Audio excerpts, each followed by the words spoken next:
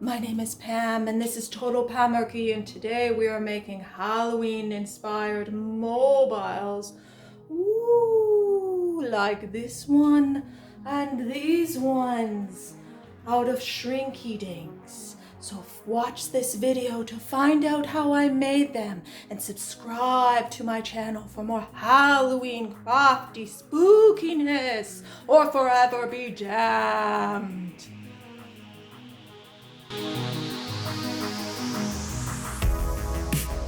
Let's get started. So I use some shrink film I bought from Amazon. It is an off-brand kind of shrink film. So the first thing you're going to do is start by drawing a picture on your shrink plastic. And you want to use the non-shiny side to do this on. I found that Sharpies worked best for this purpose.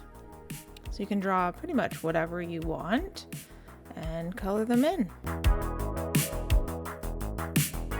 You can color them in with pencil crayons or regular crayons or Sharpies.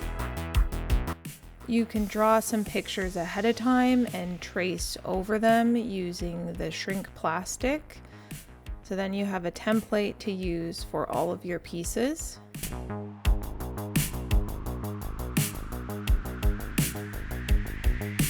And if you're not the best artist like myself, you can print off some images from Google and trace those and use them for your spiders and ghosts and bats.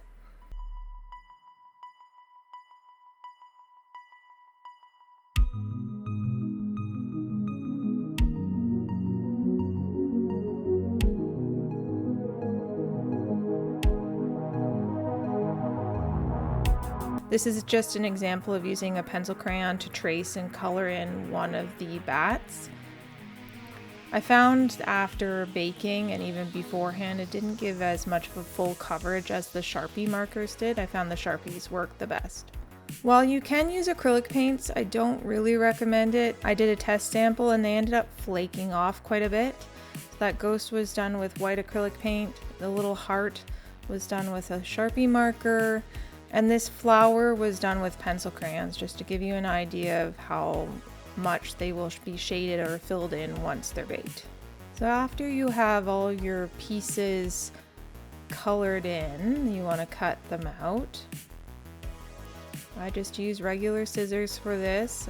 You could probably use a cutting mat and an X-Acto knife or a craft knife to cut them out as well. I do warn you, be very careful with the plastic. The kind that I used ended up tearing easily, and if you do get a tear or a break in the plastic that's in your drawing, when they do bake, that break will separate further, creating quite a bit of a crack in your design. It is a craft though, and it's meant to be fun, so have fun with it and don't worry about the little mistakes. They add a bit of character to your finished product. With the spiders, I ended up leaving a little bit of extra space around them, and that seemed to help not cause as many breaks or cracks, especially since their legs are so thin. When you finish cutting out your piece, you want to leave room at the top where you're going to be hanging it. Leave some plastic there in order to punch a hole in the plastic to hang them later on. You need to do this before you bake them. Do not do it after, you won't be able to. After you have all your pieces cut out, you're gonna put them in the oven, get a cookie sheet, cover it in some parchment paper, and lay your pieces out. And spread them out on that parchment paper. You want to also cover your pieces in parchment paper. This is a very important step. If you don't cover your pieces in parchment paper, they have a tendency to curl up more like they did here. To prevent curling once they're out of the oven, you can press them down with a spatula just to make them a little bit flatter so they don't curl up. Or if you like that curled look, leave them a little bit more curled. Again, adds a little bit more character to your artwork. Gives it that homemade look. These pieces are just out of the oven. The ghost was colored in with pencil crayon, so you can see the lines from the pencil crayon there. And the spider was colored in with a Sharpie marker, so you can see how much more filled in it is. Here I'm just showing you the differences in baking temperatures. I experimented quite a bit. On the left, that spider was baked at 325 for about a minute, and on the right it was done at 350 for 1.5 to 2 minutes. The longer you bake them, the smaller they get, and they get a little bit thicker as well. I kept mine at about 325 for a minute. On to making the top parts of your mobiles for your spiders, bats, and ghosts to hang from.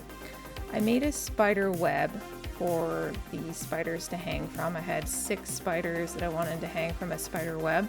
So I ended up using just some skewers and some copper wire, and I wrapped the copper wire around the middle part of the skewers. Once I had that in the position that I wanted it to be, I began by wrapping the wire around the outer spokes, just taking one skewer at a time and wrapping it around in a complete circle. And I did about 4 layers of these wires around the outer edge just to give it that spider web look. You can use hot glue or anything else that you have around if you don't have wire or other string. I use fishing line and wire. You can use anything else if you want to as well. For the tops of the mobiles for the ghosts and bats, I just took 2 of the skewers and wrapped the wire around the middle parts where they join together in a figure 8 pattern to hold them together. Again, you can use hot glue if you want. You can use yarn or anything else that you have lying around to hold them together. I use monofilament fishing line to hang these spiders, bats, and ghosts from the tops of the mobiles. It's pretty clear, so you can hardly see it when they're hanging up. So you just want to thread that through the holes of all your pieces that you punched out. And then you want to tie the other end to the mobile. This I found was a little bit easier with the web because they didn't slide off my skewers at all, because the wire was helping hold on the fishing line from sliding off the end of the skewers. When you're finished attaching all of your little spiders, you want to attach some line to the top so you can hang it up. So I was struggling a little bit with my fishing line slipping off the end of the skewers for the ghosts and bats. I did tie them very tightly and that helped, but I also put a little white glue on the end where the line was tied to the skewers, and this really helped them from slipping off the ends. And that's the last step. Then you can hang them up and enjoy your new spooky mobiles.